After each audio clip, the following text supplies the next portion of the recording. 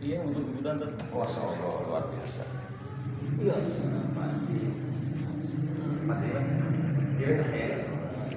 Masalah. Digigit, dapat itu, dapat itu. Apa ya?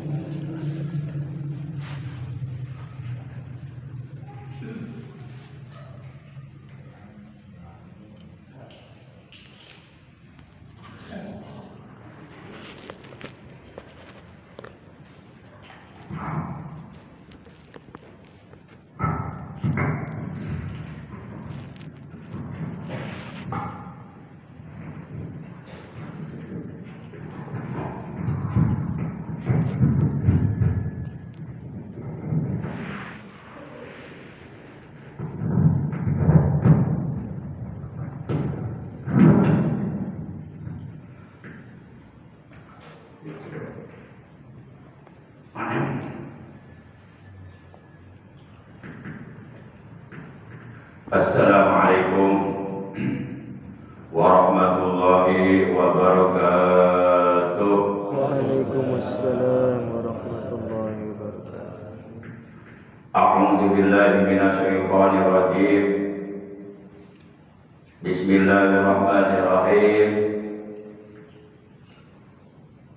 Alhamdulillahirabbil alamin.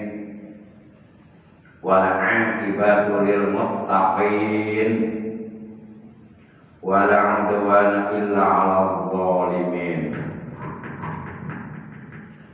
Asyhadu an la ilaha illallah al-malikul haqqul mubin wa asyhadu anna sayyidana Muhammadan 'abduhu wa rasuluh as-sadiqul wa'dul amin.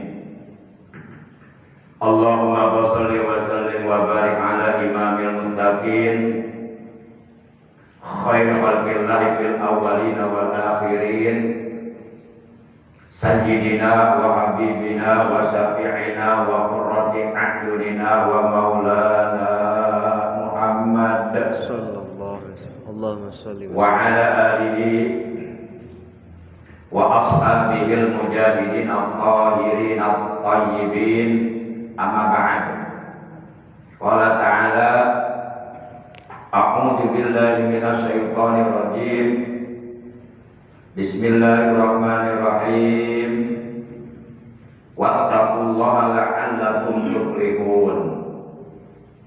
Wa qala nabiyyuna sayyiduna Muhammadun sallallahu alaihi wasallam usikum bi taqwallah wasam'i wa ta'ah. Sadaqallahu maulana al-azimul karim wa sadaqa rasuluhun nabiyul habibul karim wa nahnu ala jalika minasy syahidin was-syakirin walhamdulillahi rabbil alamin. Ma'asyiral muslimin, segenap jamaah majlisul ilmi, jamaah pengajian rutin, jamaah masjid Miftahul Jannah, Perumahan Mekar Sari Permai, Cilengsi, bil khusus segenap pengurus Dewan Kemakmuran Masjid, Bapak Ketua DKM dan para pengurus yang lainnya, juga para sesepuh, para tokoh agama, para asatidz, tokoh masyarakat, bapak-bapak, para pemuda jamaah sekalian, saudaraku seiman, seagama, seakidah yang dimuliakan oleh Allah, rahimakumullah wa hadakumullah wa hafizakumullah. Yang pertama dan yang paling utama tidak lain tidak bukan melainkan puja dan puji syukur selalu kita panjatkan kepada Allah Azza wa Jalla yang Maha Ghafur, yang telah menganugerahkan kepada kita nikmat umur, nikmat sehat walafiat, jawiratan au kanat baqina fi ta'atillah wa fi ta'ati Rasulillah, serta nikmat-nikmat yang lainnya yang tiada terhingga terutama nikmat yang sangat amat agung, yaitu nikmat iman, Islam, ihsan, juga nikmat ilmu yang bermanfaat. Sehingga alhamdulillah pada kesempatan hari ini memasuki hari yang ke-27 di bulan Syawal tahun 1446 Hijriah, bertepatan dengan hari pertama di bulan September ya. Betul ya?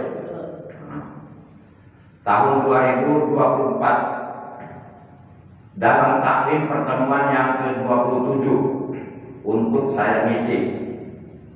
Kita dapat kembali duduk bermuajahah, bersilaturahim, berkumpul bersama-sama di masjid yang kita cintai ini, di majelis ilmu yang dimuliakan oleh Allah ini, semata-mata kita niat menjalankan perintah Allah dan Rasulnya, libetiqo imardhatillah, mencari keridhaan Allah Subhanahu wa taala, dengan duduk di majelis ilmu. Mudah-mudahan kita semua yang hadir, juga keluarga kita dan saudara kita, mendapatkan ampunan dosa dari Allah Subhanahu wa taala, memperoleh tambahan ilmu yang bermanfaat, yang barokah, yang disertai hidayah, yaitu ilmu yang menghasilkan berbagai macam amal kebaikan, berbagai macam amal soleh, amal ibadah untuk bekal hidup kita nanti sesudah mati. Dan mudah-mudahan kita semua, juga keluarga kita dan saudara-saudara kita, dijadikan orang-orang yang istiqomah beribadah kepada Allah sampai akhir hayat, sampai ajal kematian datang merenggut nyawa kita. Semoga manakala ajal tiba kepada kita, dengan barokah kita istiqomah duduk di majelis ilmu, kita semuanya nanti meninggal dunia dalam keadaan husnul khatimah, membawa iman, Islam dan ihsan yang sempurna yang diterima oleh Allah Subhanahu wa taala. Amin ya Allah ya rabbal alamin. Salawat beriring salam semoga tetap dilimpahkan selalu atas panutan kita yang mulia, paduka alam, baginda tercinta, ikutan kita, Nabi Agung, Nabi besar Muhammad sallallahu alaihi wasallam, beserta seluruh keluarga beliau, para sahabat beliau, dan seluruh pengikut beliau yang tetap setia kepada beliau, yang tetap cinta kepada beliau, yang tetap istiqomah menjalankan segala perintah beliau, menghidupkan, mengamalkan sunnah-sunnah beliau, melaksanakan wasiat-wasiat beliau, juga menjauhi apa yang beliau larang. Semoga kelak di hari kiamat kita dan keluarga kita, juga saudara-saudara kita, oleh Allah dikumpulkan ma'an nabiyyin wa siddiqin wa syuhada wa sholihin wa awliyaillah, bersama rombongan para nabi, para siddiqin, para syuhada, para sholihin, dan para kekasihnya Allah, di bawah arasnya Allah, mendapatkan syafaat ujma dari baginda Rasul. Amin ya Allah ya rabbal alamin. Ma'asyiral muslimin rahimakumullah wa hadakumullah. Sebelum kita melanjutkan kajian ilmu fikih dengan marojih atau referensi kitab Fathul Mu'in, buah karya Al-Faqih Al-Alim Al-Ulama Syekh Jainuddin bin Abdul Aziz Al-Malibari, murid dari Syekh Ibnu Hajar Al-Haytami Asy-Syafi'i rahimahullah ta'ala wa nafa'ana bi ulumil bid'ah. Amin. Kita baca Fatihah untuk pengarang kitab. Mudah-mudahan ilmu-ilmu yang ada dalam kitab ini bermanfaat untuk kita semuanya, untuk memperbaiki, menyempurnakan ibadah kita kepada Allah Subhanahu wa taala. Sekaligus kita bermunajat kepada Allah Azza wa Jalla, semoga dengan barokah karomah mukjizat, kemuliaan dan keagungan dari surah Al-Fatihah yang akan kita baca, apabila ada di antara anggota keluarga kita ataupun saudara kita ataupun tetangga kita yang seiman, seagama, seakidah dengan kita, ataupun jamaah kita, ataupun guru kita, sahabat kita yang saat ini sedang dalam keadaan sakit, baik sakit zahir maupun batin, jasmani maupun rohani, kita doakan semoga dengan barokah Fatihah yang sedang sakit oleh Allah lekas disembuhkan dari sakitnya dan diberikan kesehatan yang barokah, yaitu kesehatan yang selalu digunakan yang untuk beribadah kepada Allah secara istiqomah. Dan kita doakan pula anak cucu kita, ponakan-ponakan kita yang sedang dalam keadaan mencari ilmu agama, baik itu di pondok pesantren dan ataupun di lembaga-lembaga pendidikan Islam. Kita doakan semoga mereka oleh Allah dikaruniai umur yang panjang yang barokah, selalu disehatkan jasmani rohaninya, dicerdaskan akal pikirannya, dibaguskan akhlaknya, dimudahkan, dilancarkan dalam mencari agama, dan mendapatkan ilmu yang bermanfaat dan barokah yang disertai hidayah, sehingga kelak mereka menjadi manusia yang bermanfaat untuk manusia lainnya. Bitilka niyatil Fatihah. A'udzu billahi minasyaitonir rajim. Bismillahirrahmanirrahim. Alhamdulillahi rabbil alamin arrahmanir rahim maliki yaumiddin. Iyyaka na'budu wa iyyaka nasta'in. Ihdinas siratal mustaqim. Siratal ladzina an'amta 'alaihim ghairil maghdubi 'alaihim waladdallin. Rabbi ighfir lana amin. Ma'asyiral muslimin rahimakumullah wa hadakumullah wa hafizakumullah.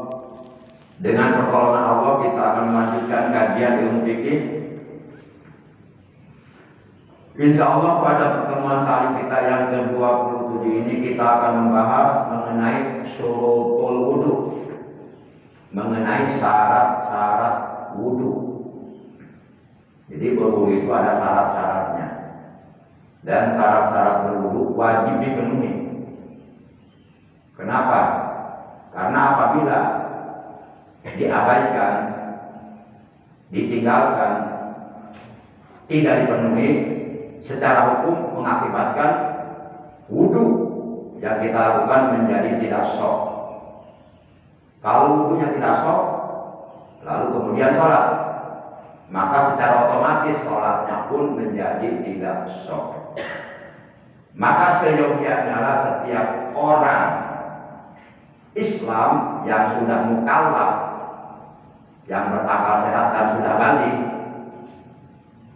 wajib untuk mengetahui syurutul wudu, syarat-syarat wudu. Di dalam kitab-kitab fikih diterangkan mengenai syarat-syarat wudu. Namun sebelum kita membahas tentang syarat-syarat wudu, terlebih dahulu kita simak yang pertama tentang pengertian toharoh. Toharoh itu artinya bersuci. Pengertian toharoh menurut lugha dan menurut syarak. Kemudian pengertian wudu menurut ilmu fikih. Kemudian permulaan diperintahkannya atau diwajibkannya berwudu.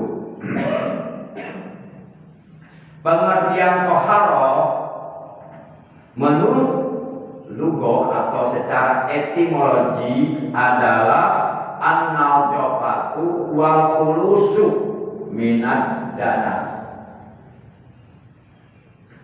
Jadi toharoh itu adalah bersih dan lepas atau bebas dari kotoran, terlebih-lebih kotoran yang mengandung najis. Sedangkan pengertian toharoh menurut hukum syara', hukum agama, adalah raf'ul man'il murattabi alal hadasi awin najasi. Nah, ini pengertian toharoh menurut syara', yaitu menghilangkan halangan yang dimurattabkan, yang ditertibkan atas hadas dan najis. Nah, itu pengertian toharoh menurut hukum syara'. Jadi menghilangkan raf'ul mati, menghilangkan halangan. Al-murattabi yang dimurattabkan, yang ditertibkan, al hadasi atas hadas, wan najsi awin najsi atau najis.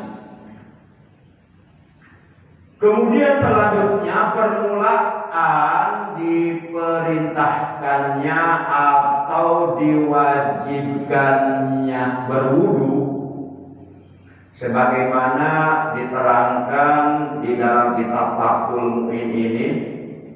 Diterangkan wakana bertidakku wujubihi ma'abtidai wujubil maktubati lailatal Isra'i ba'dan nubuwati bi asri sinina wa salasati ashhurin. Nah, keterangan ini isinya menjelaskan tentang permulaan diwajibkannya berwudu. Wakana dan adalah opo ibtida'u wujubihi, permulaan wajibnya berwudu, ma'abtida'i wujubil maktubati, itu berbarengan bersamaan dengan permulaan wajibnya sholat fardu 5 waktu Lailatul Isra, yakni pada malam Isra. Pada malam diisrokan dan dimi'rajkan Nabi kita tercinta, Nabi Agung, Nabi besar Muhammad Sallallahu Alaihi Wasallam, yaitu malam Senin tanggal 27 Rajab tahun 1 sebelum Hijriah, atau setelah kenabian. Maksudnya setelah beliau dilantik, diangkat menjadi nabi, bi asri sinina wal salati askurin. Nah, 10 tahun 3 bulan kemudian beliau diisrokan oleh Allah untuk secara langsung menerima perintah sholat. Nah, berbarengan dengan perintah sholat juga diperintahkan wudu. Karena wudu jadi syarat sah sholat. Jadi kalau kita sholat tidak wudu dulu, ya nggak dianggap sholat, nggak sah sholatnya, dianggap main-main oleh hukum agama.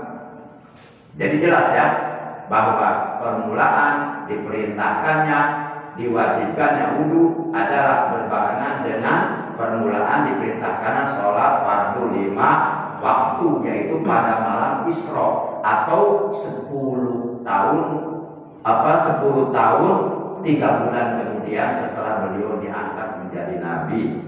Beliau kan diangkat menjadi nabi di sebuah gua namanya Gua Hira, sekarang itu masih ada. Nah, Gua Hira ini letaknya ada di Jabal Nur.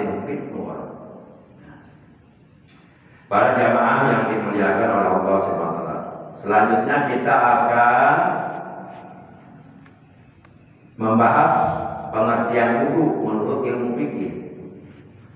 Jadi ada istilah wudu dan ada istilah wadu, beda itu. Kalau wudu itu apa, wadu itu apa? Itu ada dalam istilah ilmu fikih, wudu dan wadu. Jadi ada wawunya didomahkan wudu. Kemudian bil fathi, wawunya difathahkan wadu. Adapun pengertian wudu menurut ilmu fikih adalah istiqmalul ma'i fi aqda'in mahsusatin muftatahan biniyatin. Nah, ini pengertian wudu. Jadi kalau umpama ada yang nanya, apa sih definisi wudu menurut ilmu fikih? Jawabannya gimana tadi? Jawabannya yang tadi gimana? Ketangkep enggak? Istiqmalul ma'i fi aqda'in mahsusatin muftatahan biniyat. Apa itu artinya istiqmalul ma'i? Istiqmalul ma'i itu menggunakan air. Jadi istiqmalul ma'i menggunakan air fi aqda'in, pada anggota badan seperti kedua tangan, muka, telinga, kepala, kedua kaki, dan seterusnya. Maksusatin, yang anggota badan tersebut sudah ditentukan oleh hukum agama. Gitu. Muftatahan yang dibuka atau dimulai biniyatin dengan niat. Kalau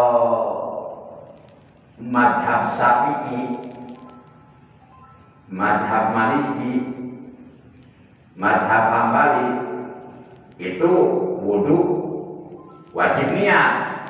Ya, memang di sini terdapat istilah, terdapat perbedaan pendapat di kalangan para fuqaha, para ulama fikih. Tapi kalau mazhab Hanafiyah itu tanpa niat. Kalau kalau menurut aja tadi ini kan kita lagi tidak tahu ini ya, cuma kebetulan saya di depan aja ini.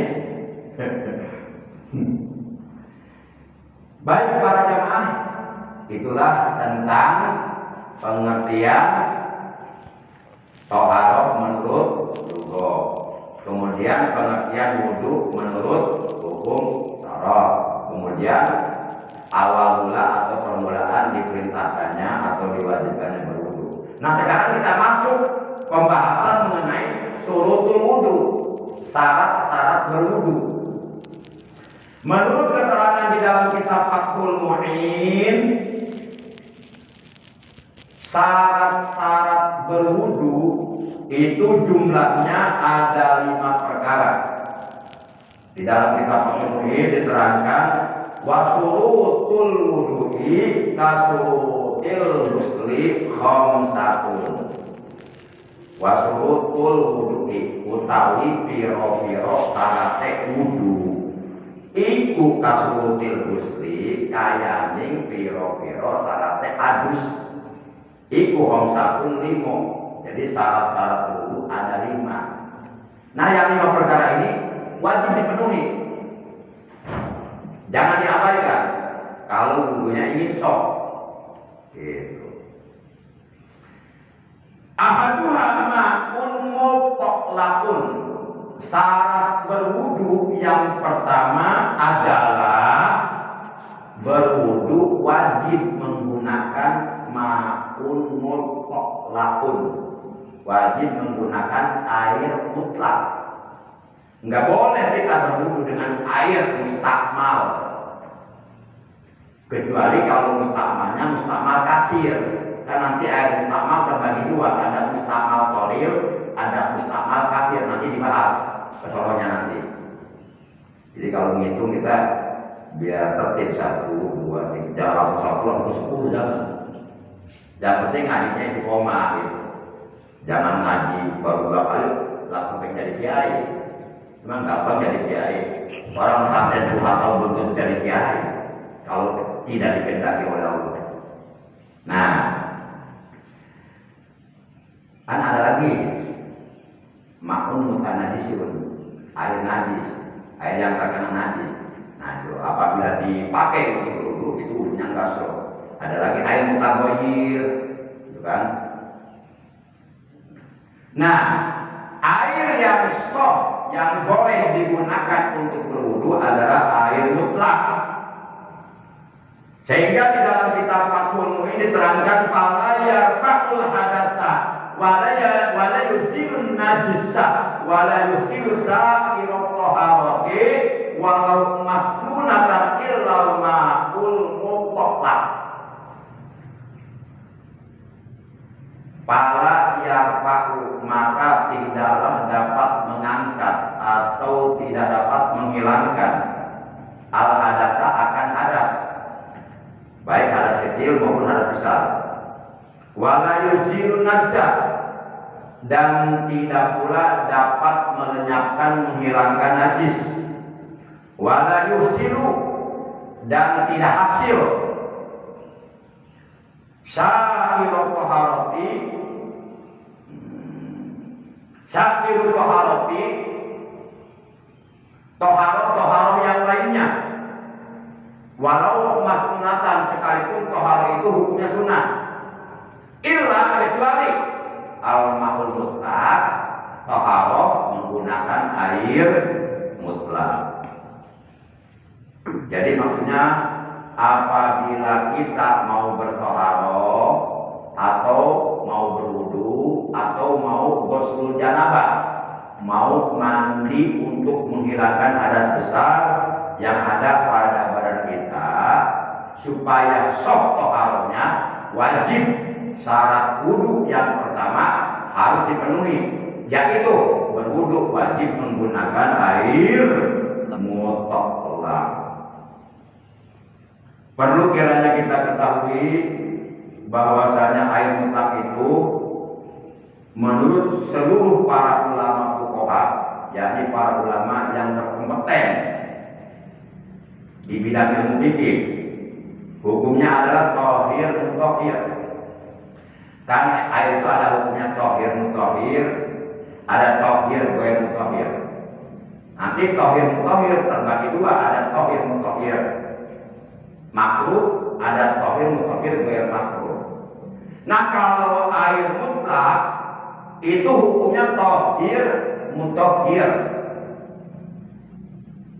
Thahir mutahhir itu artinya suci dan dapat mensucikan. Ada air suci tapi nggak bisa mensucikan, sehingga nggak sah, nggak boleh dipakai wudhu. Contoh, kita berwudhu dengan air Coca-Cola. Air Coca-Cola suci nggak? Ada orang ini. Kok pada bengong? Air Coca-Cola, air Sprite, Fanta, itu suci nggak? Suci, boleh diminum. Tapi dapat mensucikan tidak? Tidak, nggak boleh pakai wudhu. Keren banget wudhu pakai air Fanta. Mendingan diminum ya. Nah, berarti air Coca-Cola ini termasuk air thahir ghairu mutahhir, suci tapi tidak mensucikan. Yang disebut air mutaghayyir, air suci yang berubah dengan sebab campuran barang suci ke dalamnya. Gitu. Apalagi air mutanajis, air yang terkena najis dan mengakibatkan perubahan pada salah satu sifat-sifat airnya, baik berubah rasanya, baunya ataupun warnanya. Nah, itu udah nggak sok dipakai wudhu, pakai telur. Para jamaah yang dimuliakan oleh Allah Subhanahu wa taala. Nah, air mutlak ini jumlahnya ada 7. Pertama, ma'us sama, air langit, air ma'ul mator, maksudnya air hujan, yakni air yang turun dari langit. Nah, itu air mutlak. Yang kedua, kebanyakan ngomongnya, perasaan nggak pakai mic ini. Yang kedua, yaitu ma'ul bahri, air laut, walaupun rasanya asin, itu boleh pakai wudhu, walaupun warnanya biru. Kemudian ma'un nahri, air sungai, seperti sungai Citarum, pokoknya air kali besar lah gitu, yang mengalir.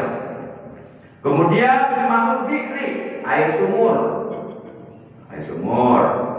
Kemudian ma'us salji, air es ya, es salju. Kemudian ma'ul bardi, air embun.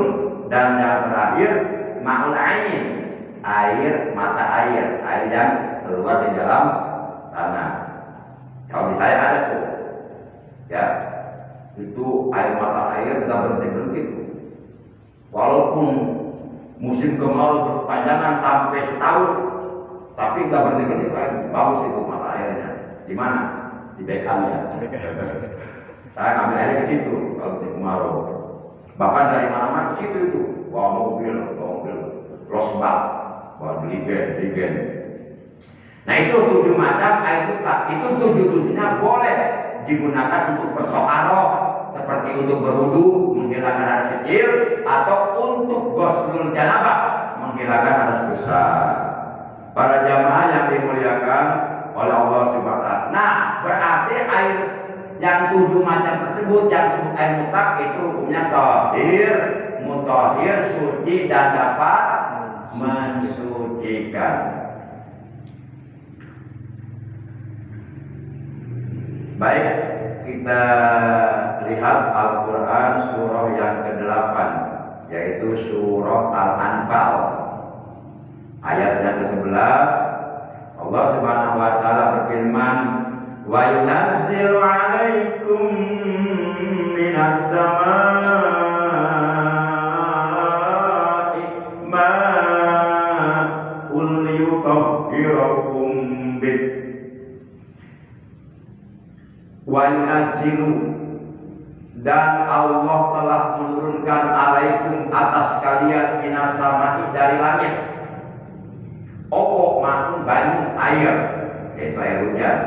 Liyutahhirakum, supaya kalian dapat bertoharoh, bersuci, berwudu, berghusl janabah bihi dengan air hujan tersebut. Adapun yang dimaksud air mutlak menurut keterangan dalam kitab Fathul Mu'in, jadi air mutlak itu apa sih? Boleh nggak saya nanya?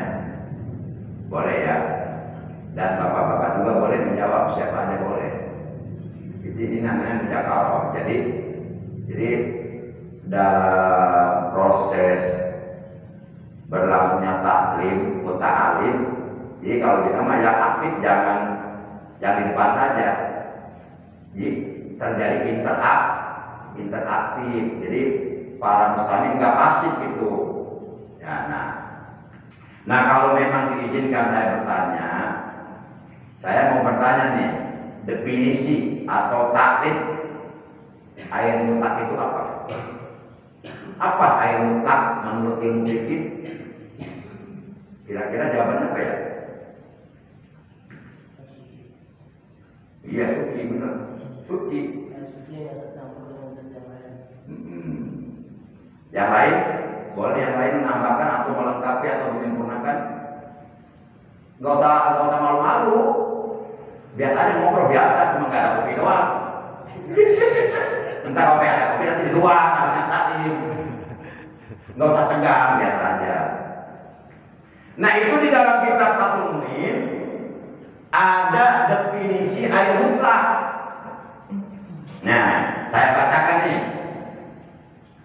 Ada di kitab Fathul Mu'in. Al-ma'ul mutlaku wa mayaqa'u alaihi ismul ma'i bila qaidin wa in rusikha min bukharil ma'i at-tahuril maghriyi aw istahlaka fihi al-khalitu aw wida bi muwafaqatil waqi'i kamal bahri.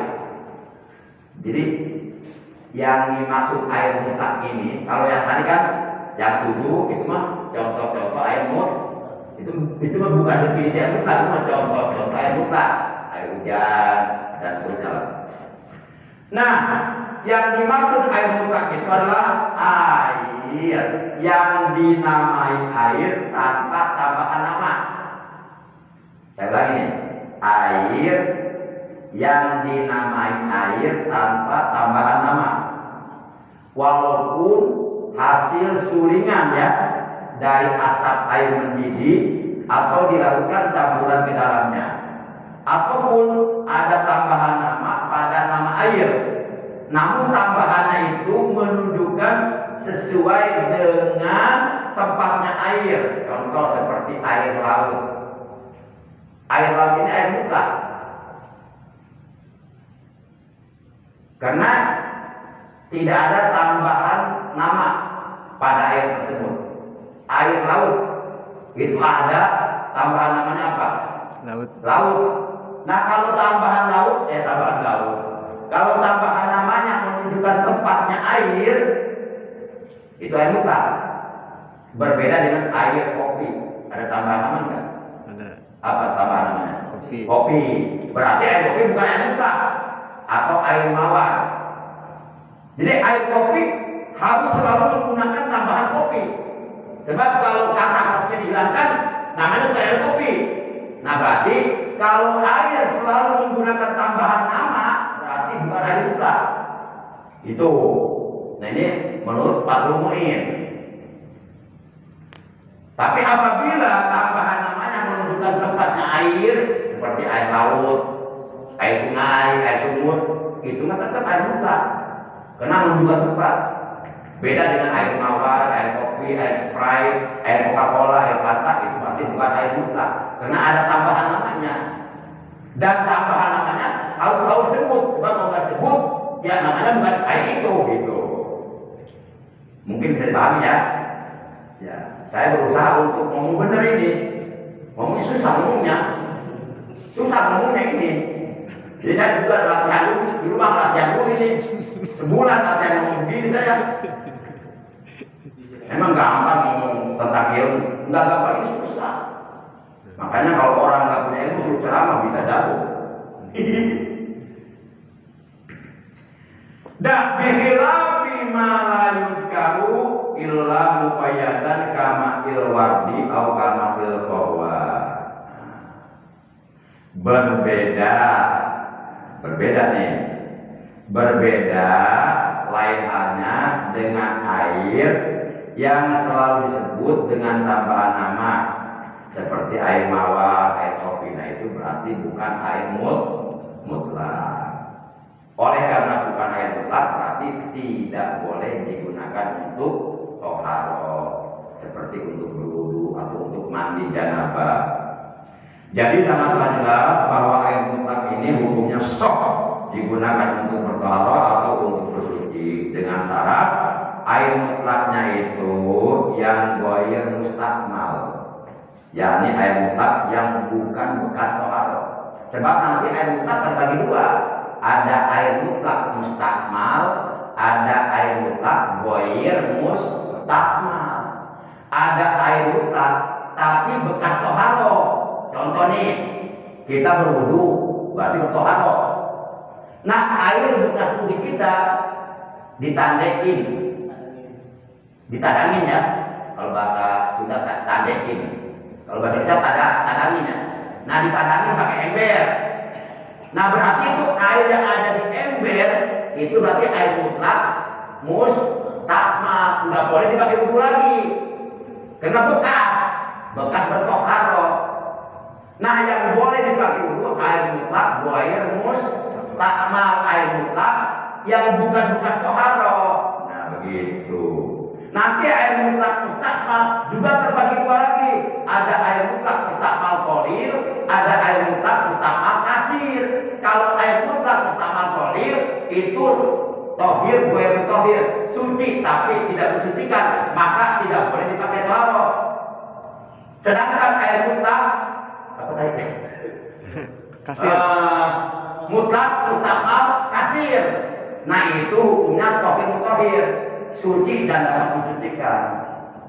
Contoh nih, contoh air mutlak mustakmal kasir nih.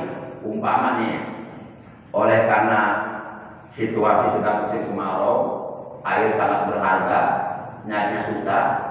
Setiap kali kita berwudu, itu airnya, air bekas wudunya kita tadangin, kita kumpulin terus tuh, kumpulin terus.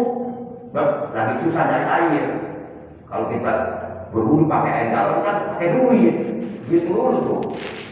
Nah bekas wudu kita tadangin, kita kumpulin, akhirnya mencapai 2 bulan. Nah itu boleh kita wudu lagi kalau sudah mencapai 20 bulan, walaupun nanti akan berkurang lagi. Nah itu termasuk air mutlak mustakmal kasir. Gitu. Mudah-mudahan ya saya ngomongnya jelas itu yang bisa dipahami. Saya takutnya apa yang saya sampaikan, apa yang saya omongkan nggak dimengerti itu orang bingung gitu. Gitu. Hah?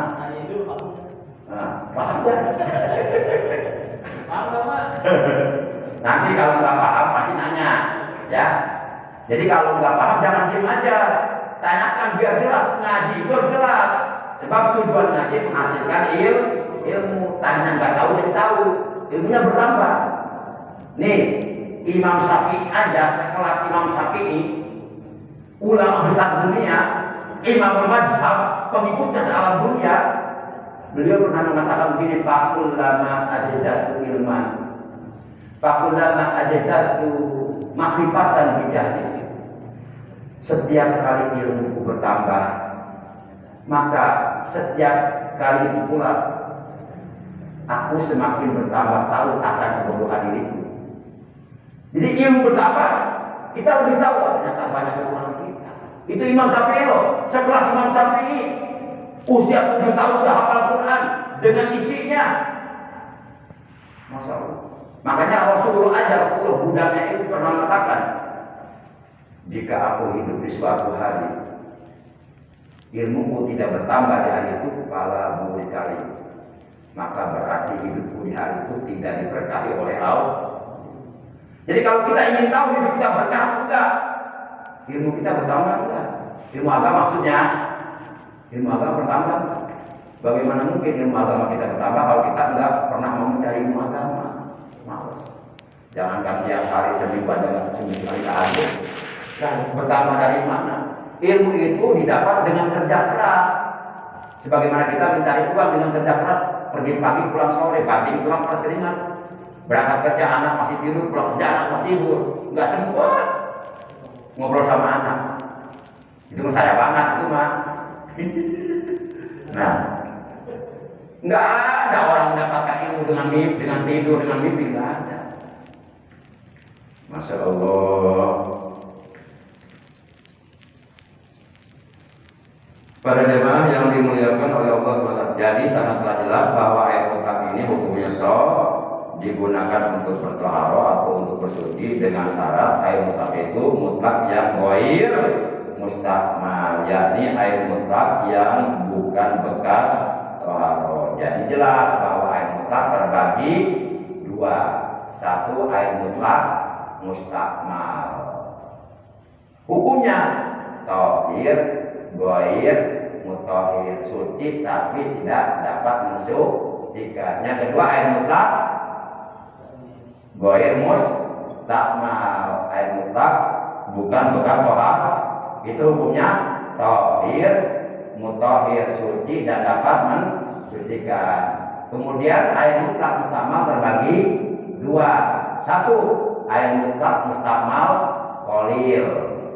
Yang dimaksud air mutlak mustakmal qalil, air mutlak bekas toharo dan tidak mencapai ukuran 2 kula. Nanti akan saya bahas ukuran 2 kula itu seperti apa. Itu ada istilah dari para ulama, berbeda pendapat. Ulama Baghdad, ulama Mesir. Yang kedua, air mutlak mustakmal kasir. Nah, kalau air mutlak mustakmal kasir, hukumnya tohir, mutahhir, suci dan dapat mensucikan, boleh dipakai wudhu. Nah, atau yang boleh digunakan untuk bertoharo adalah air mutlak yang ghair mustakmal. Para jemaah, sekarang kita membicarakan tentang ukuran 2 kula. Ukuran 2 kula. Ketahuilah bahwa dalam banyak kitab-kitab fikih disebutkan ukuran volume 2 kula sama dengan khamsu mi'ati ritolin baghdadiyin, sama dengan 500 ritol Baghdad.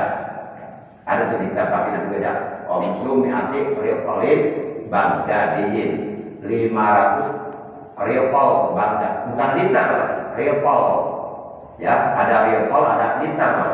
Kalau liter di Indonesia, kalau di Baghdad ritol. Nah, akan tetapi orang Mesir nih mengukur 2 kula sama dengan 446 3/7 liter air. Itu orang Mesir tuh 446 3/7 liter air. Itu 2 kula kata orang Mesir. Kalau kata orang Padang 500 itu udah beda pendapatnya. Sedangkan orang Sam, kalau Sam sekarang itu negara apa? Sam, Syria ya, Syria. Oh apa berapa bulan sama? Nah, dulu sama sekarang Syria, ya. Nah, menurut orang Sam 2 kula itu sama dengan 81 ritol. Udah beda tuh. Udah beda. Jauh banget kan? Kata orang Baghdad 500 ritol. Kata orang Mesir 446 3/7 ritol. Kata orang Sam 81 ritol. Itu semuanya 2 kula. Akhirnya orang bingung, mana yang benar ini? Termasuk saya juga bingung ini. Karena perbedaan ini, maka para ulama kontemporer mencoba mengukurnya dengan ukuran zaman sekarang, zaman now. Zaman now, kata anak muda. Kalau saya mah udah lewat mudanya, tinggal nunggu mati doang saya. Sehingga dalam ukuran masak ini 2 pula itu setara dengan 270 liter. Nah kan jelas ya, udah nggak bingung lagi. Oh berarti kalau air mencapai ukuran 270 liter berarti 2 pula. Udah yang tadi jangan dipikirin tuh, yang beda tadi, bikin bingung udah pusing. 200. Nah lalu bagaimana kalau umpama kita bikin bak penampungan air di kamar mandi yang ada di rumah kita, yang sekiranya itu bisa menampung ukuran air 20 pula. Nah, di sini jelaskan. Al-Faqih Al-Alim Al-Allamah. Al-Faqih itu artinya orang yang paham agama, disebutnya faqih. Kalau Al-Alim orang yang alim, orang yang berilmu. Kalau Al-Allamah itu orang yang wong kang akeh ilmune, orang yang banyak ilmunya. Beliau bernama Syekh Wahbah Az-Zuhaili rahimahullah ta'ala wa nafa'ana bi ulumi bid-dar ini dalam kitab Al-Fiqhul Islami wa Adillatuhu. Di dalam kitab tersebut diterangkan bahwa 2 pula air sama dengan 500 liter badar atau sama dengan 446 3/7 liter Mesir atau sama dengan 81 liter Sam, jadi setara dengan 1/2 kilogram air, maka 81 liter Baghdad sama dengan 112 1,9 kilogram air atau sama dengan 10 tangkah. Bumi mulai tonton, benar tangkah. Atau 15 tangkah. Yakni jika diukur dengan ukuran literan di zaman sekarang tadi berapa? 270 liter. Udah, yang tadi diberi-beri kita gak usah dipikirin. Udah punya 270 liter berarti mencapai 20. Ini pendapat para ulama pada zaman. Nah itu menurut keterangan dalam kitab Al-Fiqhul Islami wa Adillatuhu yang dikarang oleh Syekh Wahbah Az-Zuhaili rahimahullah ta'ala. 270 ini adalah ukuran 2 galon air, di mana ukuran ini adalah merupakan standarisasi batas minimal air mutlak mustakmal yang boleh digunakan untuk bertoharoh. Apabila air mutlak mustakmal itu ukurannya kurang dari standarisasi batas minimal air 2 pula, yakni kurang dari ukuran 270 liter, maka air mutlak mustakmal tersebut dinamakan air mutlak mustakmal qalil karena kurang dari 20. Dan itu hukumnya tohir, goir, mutahhir suci, tapi tidak dapat mensucikan, oleh karenanya tidak boleh dipakai wudu, nggak sah wudunya nanti. Di mana menurut seluruh para ulama ahli fikih, air mutlak mustakmal qalil ini hukumnya adalah tohir, goir, mutahhir, suci namun tidak dapat mensucikan, sehingga air mutlak mustakmal qalil ini hukumnya tidak sah atau tidak boleh digunakan untuk bertoharoh, seperti untuk berwudu, untuk mandi janabah atau ghusl janabah. Tapi ada tapinya. Tapi jika digunakan untuk keperluan lain seperti untuk mandi biasa, bukan mandi janabah ya, mandi biasa aja boleh, atau untuk istinja, untuk cebok setelah 1 atau setelah 2. 1 itu kencing maksudnya, kalau 2 yang di belakangnya. Atau untuk cuci tangan, cuci piring, cuci kendaraan boleh, asal jangan pakai wudu. Alhasil, jika kita simpulkan mengenai air mutlak, maka kesimpulannya adalah bahwa air mutlak itu ada 2 macam, yaitu ada air mutlak mustakmal dan ada air mutlak ghair mustakmal. Kemudian air mutlak mustakmal terbagi lagi ke dalam dua bagi. Ada air mutlak mustakmal qalil, ada air mutlak mustakmal kasir. Adapun air mutlak mustakmal qalil hukumnya adalah tahir ghair mutahhir, suci tapi tidak dapat mensucikan. Sedangkan air mutlak mustakmal kasir hukumnya adalah tahir mutahhir, suci dan dapat mensucikan. Kesimpulan ini diambil berdasarkan keterangan dalam kitab Fathul Mu'in, ghairu mustakmalin fi fardhi taharatin min rafi hadatsin asghar au akbar walau min tuhrin hanafiyyin lam yanfi au sabin lam yumayyiz bi tawafin wa ijalatin najin walau ma'fuan anhu qalilan ay ala kaunihi al mustakmali qalilan ay dunal kullataini. Bukan air bekas toharoh atau air ghairu mustakmal di dalam keparduan toharoh dari menghilangkan hadas kecil atau hadas besar. Walaupun toharohnya itu umpama toharohnya orang yang bermadzhab Hanafi lam yanfi, tanpa berniat. Jadi kalau mazhab Hanafi itu toharnya tanpa niat, ya wudu aja nggak pakai niat. Kalau kita kan wudu pakai niat. Nawaitul wudu'a li rafil hadasil asghari fardhu lillah ta'ala. Jadi melaksanakan niat wudu indah ghusli awali juz'in minal wajib. Ketika gitu kan, membasuh bagian pertama dari muka. Nah di situ niat wudu. Keran muka, air mengalir, apa tadi? Tadahin ya. Kita lubang dulu. Saya ini kan ada tadahin. Bismillahirrahmanirrahim. Nawaitul wudu'a li rafil hadasil asghari fardhu lillah ta'ala. Allahumma baligh wajhi yauma tabyaddu wujuh wa taswaddu wujuh.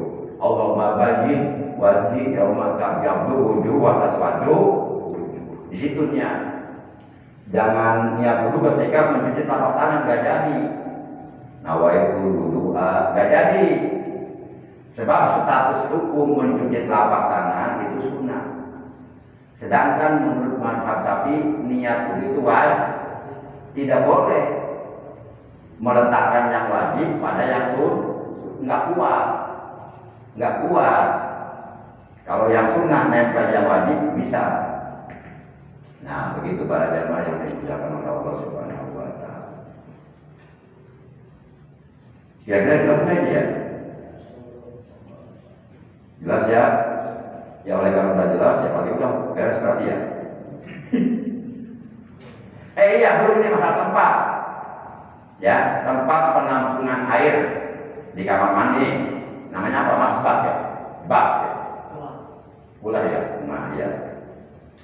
Nah, jadi kalau kita bikin pula atau bikin tempat penampungan air di rumah kita di kamar mandi yang sekiranya mencapai 2 pula, makanya bak penampungan air yang dari material itu yang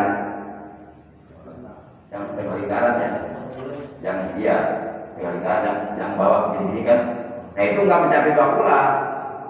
Nah, itu dan tidak boleh air yang ada di masbak kamar mandi itu terciprati air bekas wudu. Kalau airnya sedikit tidak mencapai 2 pula jadi mustakmal qalil itu. Ya walaupun nggak terjadi perubahan sifat-sifat airnya, itu nggak boleh pakai wudu gitu. Para jamaah. Nah, jika tempat airnya itu berbentuk 4 persegi, 4 persegi, maka ukuran panjang, lebar dan kedalamannya sama, yaitu masing-masing 1 meter 1/4 meter, 1/4 meter. Jadi panjangnya 1/4 meter, lebarnya 1/4 meter, kedalamannya 1/4 meter. Nah itu bisa menampung 2 pula, bisa menampung 270 liter. Kalau umpama bentuknya itu bunder, ya, maka ukuran garis menengahnya yaitu 1 hasta, 1 jiro, dan kedalamannya yaitu 2/4 hasta, 2/4 jiro. dan diameter kelilingnya atau lingkarannya yaitu 1/7 hasta. Nah itu bisa mencapai ukuran 20 atau 270 liter air. Demikian keterangan menurut kitab Fathul Mubin yang disusun oleh Al-Faqih Al-Alim Al-Allama Syekh Jainuddin bin Abdul Aziz Al-Malibari rahimahullah ta'ala. Untuk sementara pembahasan tentang air hal ini cukup, nanti kita lanjutkan lagi. Ini kita ngaji air aja nggak cukup setahun, masih panjang pembahasan air. Makanya kata Nabi, "Utlubul ilma minal mahdi ilal lahdi." Kalau kata orang Islam di barat, orang lain education, kan ya, mencari ilmu sepanjang masa. Carilah ilmu dari mulai lahir sampai masuk liang kubur, gitu. Baru selesai kewajiban ilmu. Sepanjang akal kita masih sehat, masih waras, kewajiban mencari ilmu nggak gugur. Ilmu agama maksudnya. Jadi kalau umpama ada orang yang buat bapak-bapak bukan, ini sono.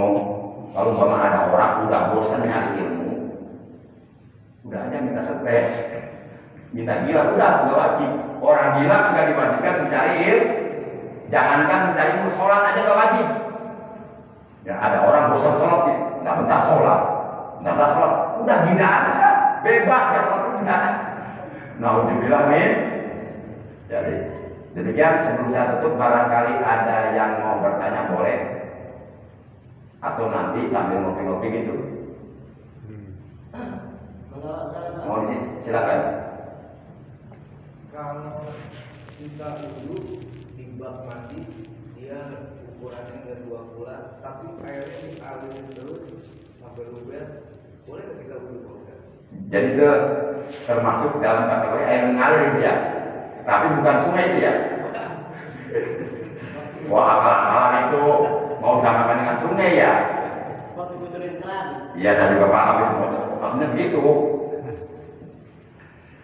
Itu bisa. Jadi kan, tapi sumber air dari mana? Detoran? Dari sumur gali. Nah, sumber air dari sumur gali pakai paralon. Kemudian paralon menuju tempat bak mandi, tempat wudhu. Kalau nanti ya bak itu kan, apa namanya mandi? Iya, tadi kan apa tadi? Gula. Kita lagi kaget ya.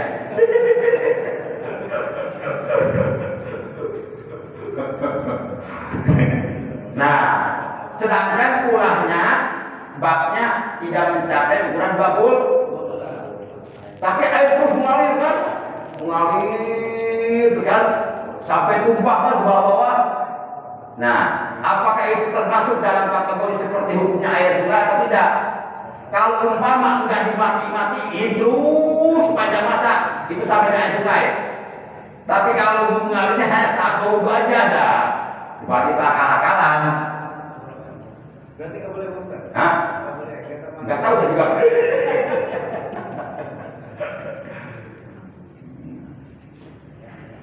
Iya, ini saya baru berpikir. Nah, kan kita diskusi nih.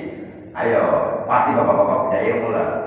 Ustaz, saya pernah dengar ada hadis Rasulullah dulu pernah masukin tangannya kayak sahabatnya dulu, dan airnya itu udah habis dalam sebuah air buat bulan.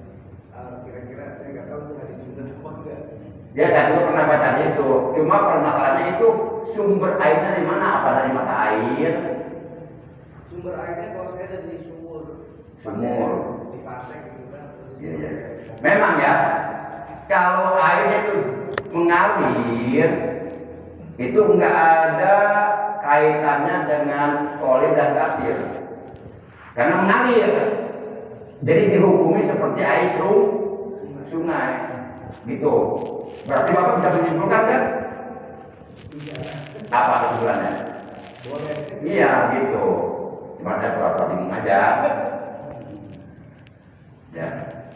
Tapi kalau umpama di kemudian hari ada pendapat lain, nggak apa-apa, nanti dikejar dalilnya ya, keterangannya ya. Sementara jawaban saya boleh, karena itu dihukumi air mengalir dan sumbernya memang dari air mutlak, yaitu dari sumber dialirkan ke bak yang ukurannya kurang 2 bulan. Tapi terus mengalir terus kan, sampai luber kan. Nah, kita berwudu kan, itu dihukumi sama seperti kita berwudu di air sungai karena mengalirnya itu Pak. Saya makanya urusan ini kan saya khawatir gitu, karena kan rumah saya itu kan. Tapi kalau Bapak mau hati-hati, mendingan jangan. Gini Pak Ustaz, kamar mandi saya kan kecil, bak saya nggak bisa seukuran 2 bulan. Ya. Akhirnya saya alirin buat saya duduk dan mandi junub itu maksudnya. Takutnya mandi junub itu dasar gitu. Baik, kita lihat keterangan dalam kitab usul fikih ya. Itu ada kaidah usul fikih mengatakan al hukmu bidzahir. Ya.